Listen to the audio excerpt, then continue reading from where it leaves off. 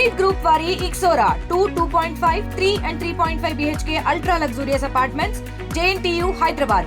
మరిన్ని వివరాలకి ఈ కింద నంబర్ని సంప్రదించండి. చిలుకూరు బాలాజీ వెంకటేశ్వర స్వామి వారి దివ్యమైన ఆశీర్వాదం ఈ ఎండలో కూడా ఈ సమావేశానికి మీరు రావడం మీ అందరికీ కృతజ్ఞతాపూర్వకంగా నమస్కరిస్తున్నాం. నా వయసు 58 సంవత్సరాలు. చిలుకూరు బాలాజీ వెంకటేశ్వర స్వామి వారి సేవలో కొన్ని వందల సంవత్సరాలుగా మా కుటుంబం ఉన్నది. ఒక దైవానికి మాకు ఉండేటటువంటి సంబంధం, చిన్న బిడ్డకి తల్లికి ఉండేటటువంటి సంబంధం. ఆ భగవంతుడికి సేవ చేయడానికి కోసమే మేము పుట్టాము అని మేమందరం భావిస్తాం. మా కుటుంబంలో అందరం. తిరుమల వెంకటేశ్వర స్వామి కలియుగంలో తిరుమల నుంచి స్వయం వ్యక్తంగా చిలుకూరుకి వచ్చి మనందరికీ సులభంగా దొరుకుతున్నాడు చిలుకూరులో. ఇది చిలుకూరు బాలాజీ స్వామి వారి యొక్క స్థల పురాణం. మీ అందరికీ పరిచయమైనటువంటి ఆ దేవాలయం కొన్ని వేల మంది ప్రతిరోజు సందర్శించే దేవాలయం. కొన్ని లక్షల మందికి ప్రతి నెల స్వామివారు వరప్రసాదిగా ఉండేటటువంటి ఆ వెంకటేశ్వర స్వామి అనుగ్రహించేటటువంటి అద్భుతమైన దేవాలయం. స్వామివారు ప్రత్యక్షంగా పలికే దైవం అని మేమందరం భావిస్తాం. అలాంటి స్వామి ఇవాళటి రోజు ఈ దేశంలో రాజ్యాంగంలో దైవానికి ఉండేటటువంటి స్థానాన్ని సుస్థిరపరచడానికి రాజ్యాంగబద్ధంగా రామరాజ్యమే స్థాపించడానికి, రాజ్యాంగబద్ధంగా రామరాజ్య స్థాపనకి పూనుకున్నటువంటి ఆ వెంకటేశ్వర స్వామి చిలుకూరు 2018 సంవత్సరంలో శబరిమల తీర్పు వచ్చిన తర్వాత కాన్స్టిట్యూషనల్ మొరాలిటీ అనే డాక్ట్రిన్ పెట్టుకొని సుప్రీంకోర్టు ఏం చేసింది, దైవానికి ఈ దేశంలో రాజ్యాంగబద్ధంగా ఏవి అధికారాలు లేవు అనేటటువంటి తీర్పు ఇచ్చిన తర్వాత ఒక ఉద్యమమే మొదలైంది. కేరళ మొత్తం ఉడికిపోయింది. అందులో చిలుకూరు నుంచి మేము పాల్గొనడం జరిగింది. ఎందుకంటే చిలుకూరు బాలాజీ స్వామి శ్రీదేవి భూదేవి సహితంగా కొలువుండే స్వామి. కుడివైపు శ్రీదేవి అమ్మవారు ఉంటారు ఏకశిలా రూపంలో, ఎడమవైపు భూదేవి అమ్మవారు కొలువుంటారు. అంటే ఈ అఖండ భారతదేశమే, భరతమాతగా భావించే భారతదేశమే, భూమాతగా భావించే భారతదేశమే స్వామివారికి మొరపెట్టుకున్నట్టుగా మేమందరం భావించి దైవానికి రాజ్యాంగబద్ధమైన అధికారం కోసం పోరాడడం ప్రారంభించడం జరిగింది. చిలుకూరు నుంచి మేము 7 సంవత్సరాలుగా పోరాటం చేస్తూ ఉన్నాం. దీంట్లో 2018 సంవత్సరంలో నేను చేసిన నా జీవితమే కాదు, ఈ సమాజం అంతా గుర్తించిన, ప్రపంచవ్యాప్తంగా గుర్తించినటువంటి ఈ మునివాహన ఉత్సవము, అందులో పాల్గొన్నటువంటి ఆదిత్య పరాశ్రీ గారు నా భుజం పైన స్వామివారి దర్శనానికి జియాగూడ రంగనాథ స్వామి దేవాలయానికి చేరుకున్నటువంటి ఆదిత్య పరాశ్రీ గారితో సహా అందరం కూడా పోరాడితే ఇవాళ రోజు రాజ్యాంగబద్ధంగా దైవానికి అధికారాలు సమకూరేటటువంటి సమయం ఆసన్నమైనది. ఇది పోయినేడాది 2024లో శ్రీరామ జన్మభూమిలో శ్రీరాముల వారి ప్రాణప్రతిష్ఠ జరిగినటువంటి జనవరి 22 రోజు. ఎందుకు ఆ 22 ముఖ్యము అంటే ఆ రోజు స్వామివారి యొక్క ప్రాణప్రతిష్ఠ జరిగింది, రాజ్యాంగంలో పునఃప్రతిష్ఠ జరిగింది. ఇది మేమందరం నమ్ముతున్నాం. అలాంటి రామరాజ్యము రాజ్యాంగంలో మనం 1950లో రామరాజ్యం పెట్టుకున్నాం, పార్ట్ 3 ఆఫ్ ద కాన్స్టిట్యూషన్లో. అలాంటి రామరాజ్య స్థాపన కోసం పోరాడేటటువంటి మనం అందరం ఈ తిరుప్పానాళ్వార్ అంటే ఎస్సీ ఎస్టీ కమ్యూనిటీ వాళ్ళని మేము అభిమానంతో తిరుప్పానాళ్వార్ అని పిలుస్తాం. ఈ కమ్యూనిటీ ఈ జాతి వాళ్ళు దైవానికి రాజ్యాంగబద్ధమైన అధికారాన్ని సమకూర్చడంలో మాతో కలిసి ప్రయాణం చేసినారు కొన్ని లక్షల మంది. రామ్నాథ్ కోవింద్ గారు, ఇంతకుముందు ఉన్నటువంటి రాష్ట్రపతి గారు, మేము రైజ్ చేసినటువంటి డిస్ప్యూట్ ఆర్టికల్ 363 డిస్ప్యూట్ అంటాం. ఆ డిస్ప్యూట్ని క్యాబినెట్కి ఫార్వర్డ్ చేశారు. మీ అందరికీ తెలుసు, అమెరికాలో కాలిఫోర్నియాలో క్యాస్ట్ బిల్ వచ్చింది.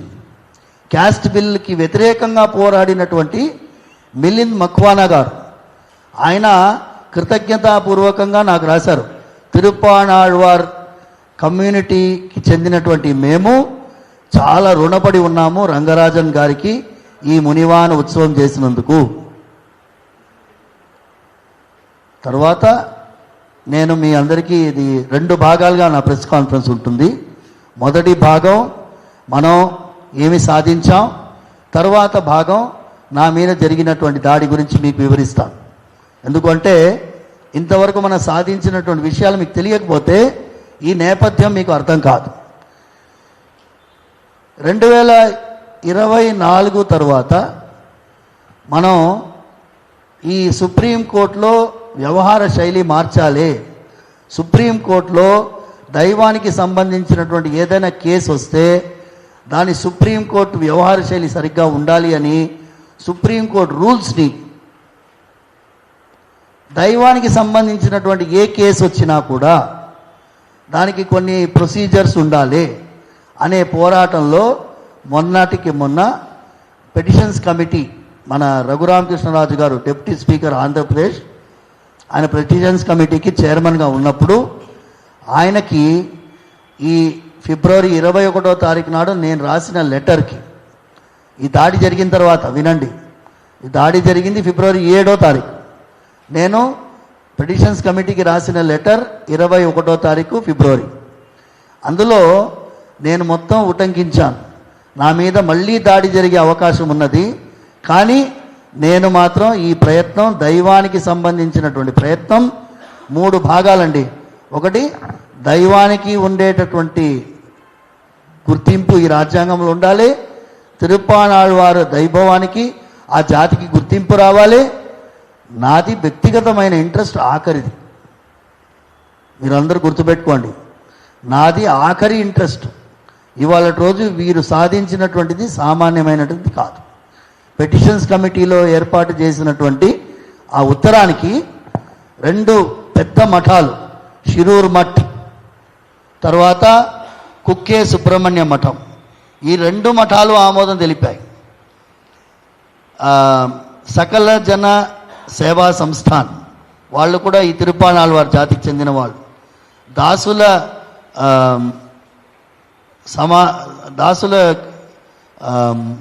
వాళ్ళందరి మాలదాసుల యొక్క అసోసియేషన్స్, తర్వాత వీరందరూ కూడా ఈ పెటిషన్స్ కమిటీకి నా ఉత్తరానికి మద్దతు పలికారు.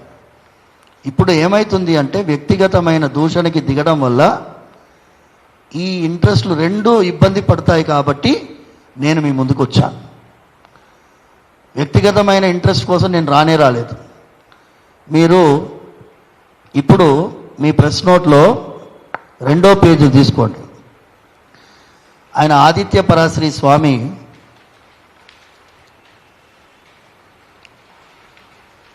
ఆయన ఒక వీడియో రిలీజ్ చేశారు. ఏది? ఫిబ్రవరి 7వ తారీఖు నాడు నా మీద జరిగిన దాడి. ఆ దాడి గురించి నేను వివరిస్తాను. జరిగిన తర్వాత ఆయన వీడియో రిలీజ్ చేశారు. ఆయన ఏమన్నారు? ఈ మునివాహనానికి వ్యతిరేకంగా ఉండే శక్తులు, మునివాహన ఉత్సవం జరగనేకూడదు అనేటటువంటి ఆలోచనలో ఉండే శక్తులు ఈ అద్భుతమైన దైవ కార్యక్రమానికి అడ్డు తగులుతారు. కాబట్టి ఈ దేశంలో ప్రతి దేవాలయంలో మునివాహన ఉత్సవం జరగాలి, అన్ని దేవాలయాల్లో ఈ మునివాహన ఉత్సవం జరగాలి, ఈ జాతికి గుర్తింపు రావాలి, రాజ్యాంగబద్ధంగా వీరందరికీ కూడా దైవానికి సరి అయినటువంటి ఒక గుర్తింపు ఈ రాజ్యాంగబద్ధంగా ఉండాలి. కాబట్టి దీన్ని మేము సెలబ్రేషన్గా చెయ్యాలి అని మేము చెప్తే దానికి మద్దతు పలికి ఆయన లెటర్ రాశారు. నేను మళ్ళీ ఎందుకు మునివాహన చెప్తున్నాను అంటే, మేము రామానుజ సాంప్రదాయానికి చెందినటువంటి వారు. మీకు అందరికీ తెలియాలి, భగవద్ రామానుజుల వారు 1000 సంవత్సరాల కంటే పూర్వం అవతరించినారు. ఆయన గురువు గారు ఏమన్నారంటే, యామనాచార్యుల వారు ఈ సమాజం మంచిగా ఉండాలి అంటే ఈ మునివాహన జాతిని మనం వదులుకోకూడదు అన్నారు భగవద్ రామానుజుల వారికి. ఏమండి, ఈ విగ్రహం పాదాల దగ్గర రామానుజుల వారు అంటే మన పూర్వాచార్యులు, మన పూర్వీకులు ఇంత విశేషమైనటువంటి అద్భుతమైనటువంటి సనాతన ధర్మాన్ని, అన్ని వర్గాల్ని కలుపుకొని వెళ్ళేటటువంటి సనాతన ధర్మాన్ని ఇవాళ రోజు కులం పేరుతో, గోత్రం పేరుతో మనం విభజించే ప్రయత్నం చేస్తున్నాము. కాబట్టి మీ అందరి ముందు వచ్చాను. మీరందరూ కూడా ఈ ప్రెస్ నోట్లో అంత క్లియర్గా ఉంది. నేను ఒక పారాగ్రాఫ్ చదువుతానండి, చాలా ఇంపార్టెంట్ పారాగ్రాఫ్, ఎందుకంటే అది ఇంగ్లీష్లో ఉంది. వీఆర్ హ్యాపీ, అది paragraph number 4. We are happy that through divine grace, our efforts to restore back Hindu deity rights, and through this Ramarajya in Bharat is close to becoming a reality in Supreme Court, and a new doctrine of Dharma titled Dharma as basis for adjudication will be established to ensure justice as per Dharma in any matter involving rights, dignity and self-respect of Hindu deities. It is a matter of great pride for our community. ఎవరు రాస్తున్నారు? ఈ మునివాహనానికి చెందినటువంటి వారు రాస్తున్నారు. It is a matter of great pride for our community that through divine grace the desire of our community is being fulfilled. The great recognition that our community secures once this is established in Supreme Court will be far more than what has been secured through reenactment of Munivahana, and a once in 1000 years opportunity. Our community, which did not even have temple entry for thousands of years, will be respected as a community which got the Ammal title for protecting deity interest in our constitution. ఇది ఎందుకు తెలుసా అండి? ఒక వర్గాన్ని మొత్తం దైవానికి దూరం పెట్టినటువంటి సమాజం ఇవాళ రోజు సమాజం మొత్తం హర్షిస్తున్నది, వారందరినీ కూడా చేరవేస్తున్నాము. కాబట్టి ఇప్పుడు మీ అందరికీ ఆఖరిగా నేను ఈ మొదటి భాగంలో మేము తెలంగాణ ప్రభుత్వం ముఖ్యమంత్రి రేవంత్ రెడ్డి గారి ఆధ్వర్యంలో ఆర్టికల్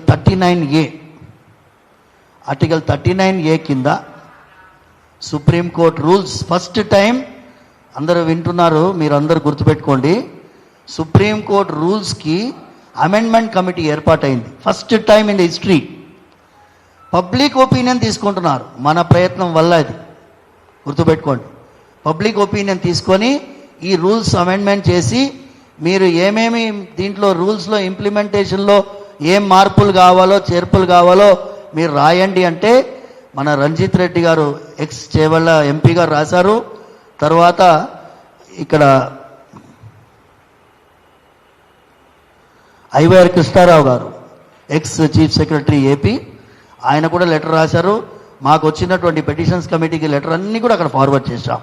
నేను చంద్రబాబు నాయుడు గారు ముఖ్యమంత్రి ఆంధ్రప్రదేశ్ గారికి, తెలంగాణ ముఖ్యమంత్రి గారు రేవంత్ రెడ్డి గారికి, ఇద్దరికీ నేను మీ ద్వారా మీడియా ముఖం ద్వారా ప్రార్థించేది ఏంటి అంటే, article 39A is directive principles of state ఈ రాజ్యాంగబద్ధంగా ఈ రూల్స్ కమిటీకి ఈ లెటర్స్ పంపించాలని ప్రార్థిస్తున్నాను.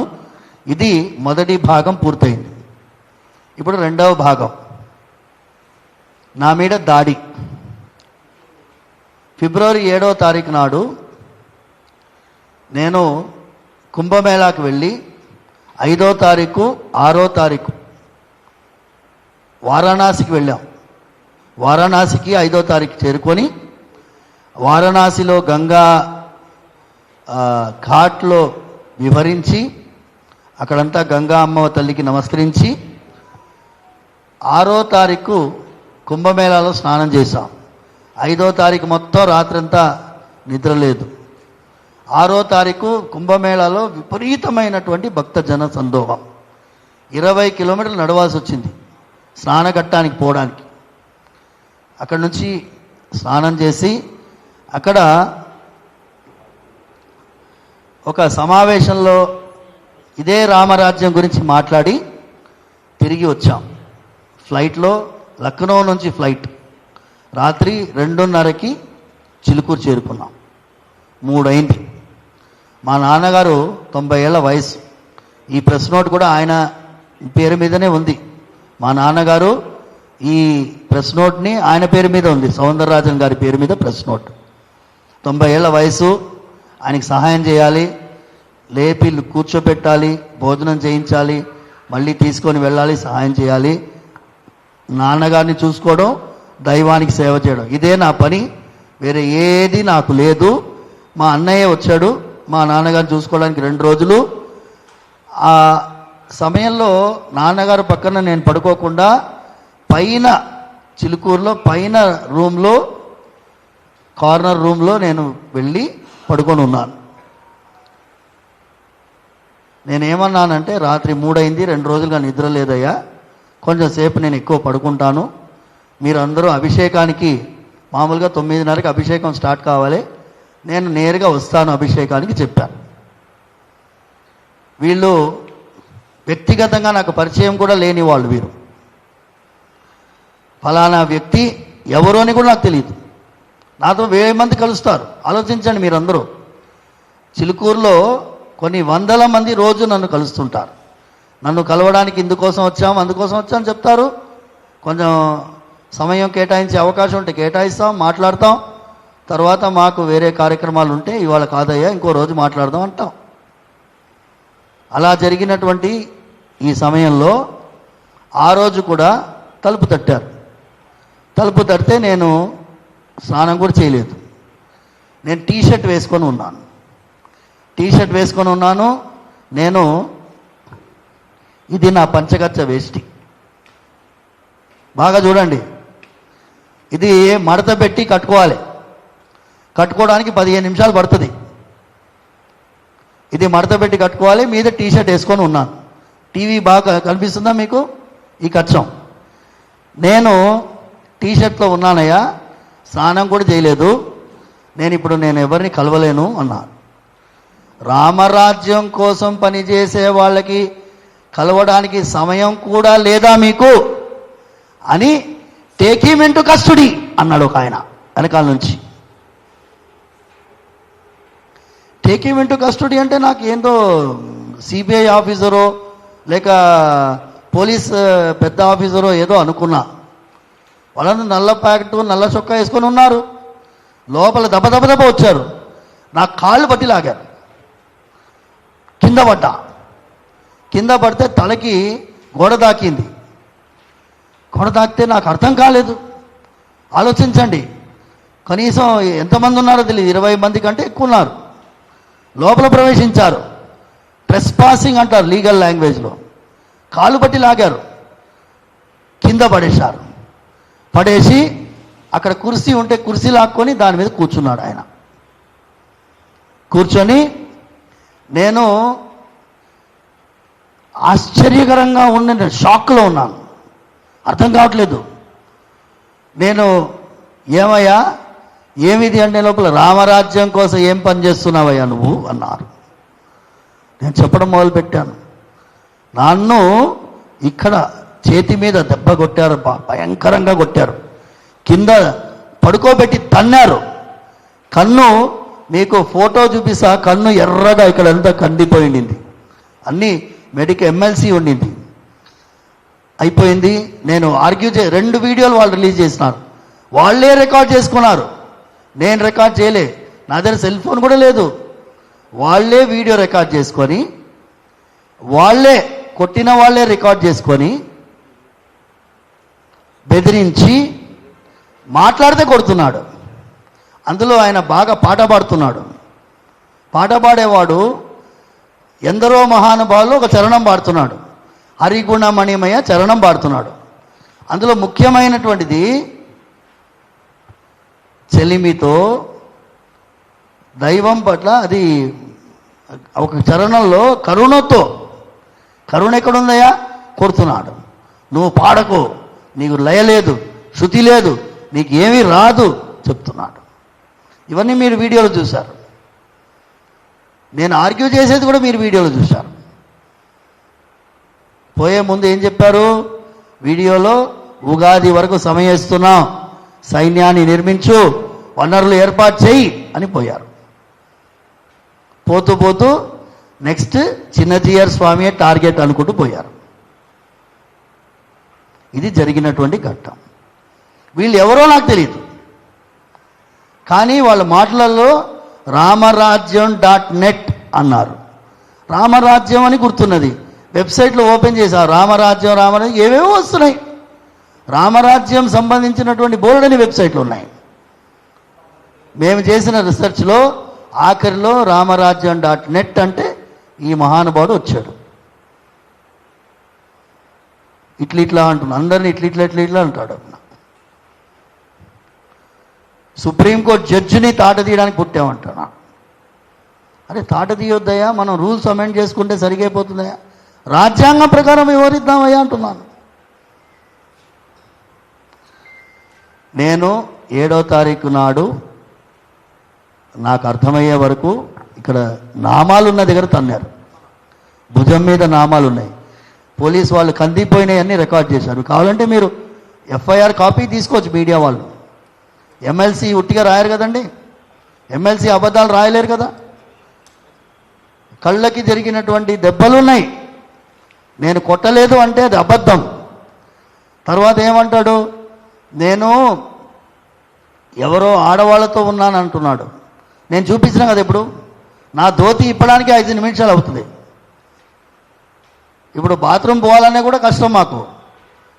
పంచకచ్చం అంటారు, 5 సార్లు కుర్చీలు వేయాలి, 5 కుర్చీలు వేయాలి. అలాంటిది ఎంత అభాండం వేస్తున్నారు. దీనికి మేము కావలసినటువంటి లీగల్ యాంగిల్గా వెళ్తాం. ఇది వదిలే ప్రసక్తి లేదు. డిఫమేషన్ వేస్తాము, సివిల్ డిఫమేషన్ వేస్తాము, క్రిమినల్ డిఫమేషన్ వేస్తాం. దీంట్లో మాకు మా టెంపుల్స్ ఇష్యూలో సంబంధించినటువంటి వాళ్ళు, అది కోర్టులో ఉంది మ్యాటర్, దానికి సంబంధించిన వాళ్ళు వెనకాల ఉండొచ్చు. కానీ ఇది శిఖండిలాగా వ్యవహరించకూడదు.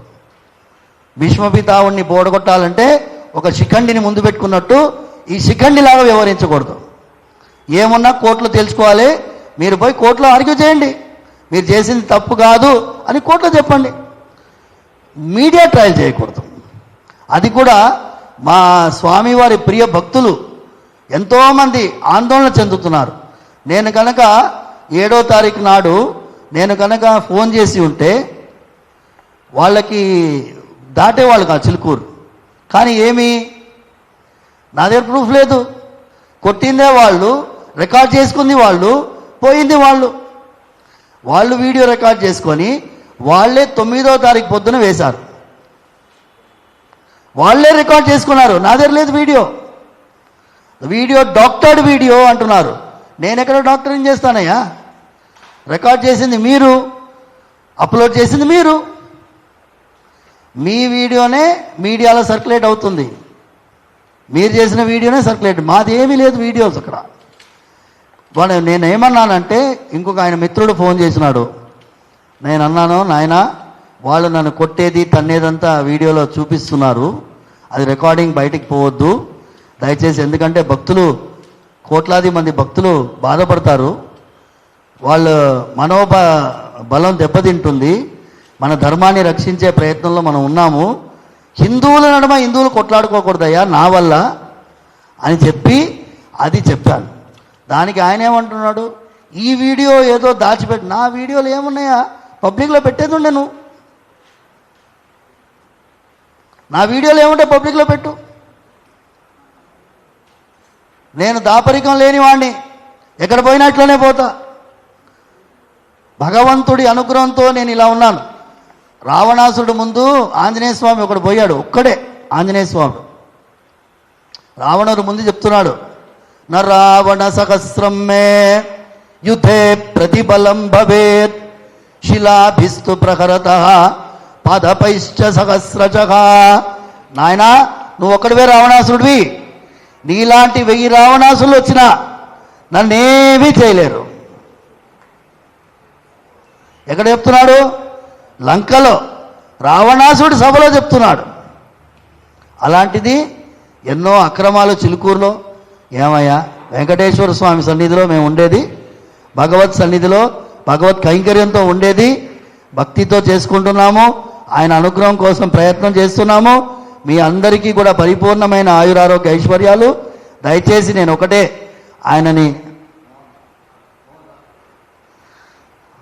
నేను ఈ మోహన్ మన నేషనల్ ఎస్సీ రిజర్వేషన్ ప్రొటెక్షన్ సమితి ఈ మునివాహన ఉత్సవాన్ని నిర్వహించడానికి వీరి ఇంతకుముందు అధ్యక్షులు వారు ఇప్పుడు లేరు, కర్ణె శ్రీశైలం గారు 2018వ సంవత్సరం జనవరి నెలలో వారి ఆధ్వర్యంలో జరిగింది సమావేశం. అక్కడే ఈ మునివాహనానికి బీజం నాటబడింది. అందుకోసం ఆయన అభిమానంతో వచ్చాడు. ఎందుకంటే మేము మునివాహనం గురించి ఎక్కువ మాట్లాడుతున్నాం కాబట్టి ఆయన అభిమానంతో వచ్చాడు. నేను ఇంకొక 5 నిమిషాలు ముగించేస్తాను, తర్వాత ఆయన 2 నిమిషాలు మాట్లాడతాడు. ఒకటండి మీ అందరికీ నేను చెప్పేది, నేను మీ ముందు ఎందుకు వచ్చాను అంటే వ్యక్తిగతంగా నా మీద జరుగుతున్నటువంటి క్యారెక్టర్ అసాసినేషను, డీఫేమేషన్కు భయపడి నేను రాలేదు. ఇంత అద్భుతమైనటువంటి నేషనల్ లెవెల్లో జరిగే కార్యక్రమం, సుప్రీంకోర్టులో రూల్స్ అమెండ్మెంట్ అయ్యే కార్యక్రమం, తర్వాత ఎన్నో దేవాలయాల్లో మునివాహన ఉత్సవం జరగాల్సినటువంటి ప్రయత్నంలో ఇవన్నీ కూడా వెనకబడిపోతాయి, ఇవన్నీ కూడా ఇబ్బందికరంగా మారిపోతుంది. సమాజంలో ఇప్పుడిప్పుడే మంచి భావనలు వస్తున్నాయి. ఈ సమయంలో దీన్ని నిర్వీర్యం చేయడానికి ఒక భయంకరమైన కుట్ర జరుగుతుంది. ఆ కుట్రని భగ్నం చేయాలని సమాజానికి ప్రార్థించడానికి వచ్చాను. సమాజం మేల్కోవాలి.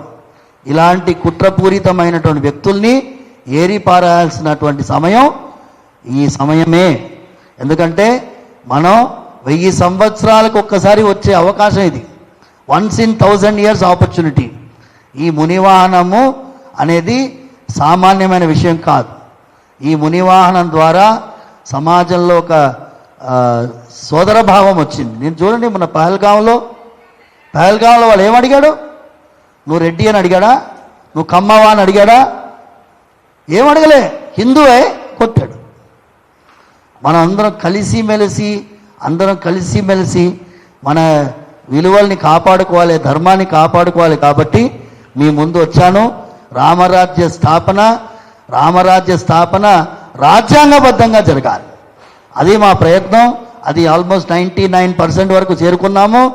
ఇంకా తొందరలో ఈ 39A కింద కేంద్ర ప్రభుత్వానికి, అది మన సుప్రీంకోర్టుకి వీరు కనుక రాస్తే బ్రహ్మాండంగా వెళ్తుందని ప్రార్థిస్తున్నాను. మరిన్ని వీడియోస్ కోసం ఛానల్ ని సబ్స్క్రైబ్ చేయండి. లేటెస్ట్ అప్డేట్స్ కోసం వాట్సాప్ ఛానల్ ని ఫాలో అవ్వండి. ఆ లింక్ డిస్క్రిప్షన్ లో ఉంది.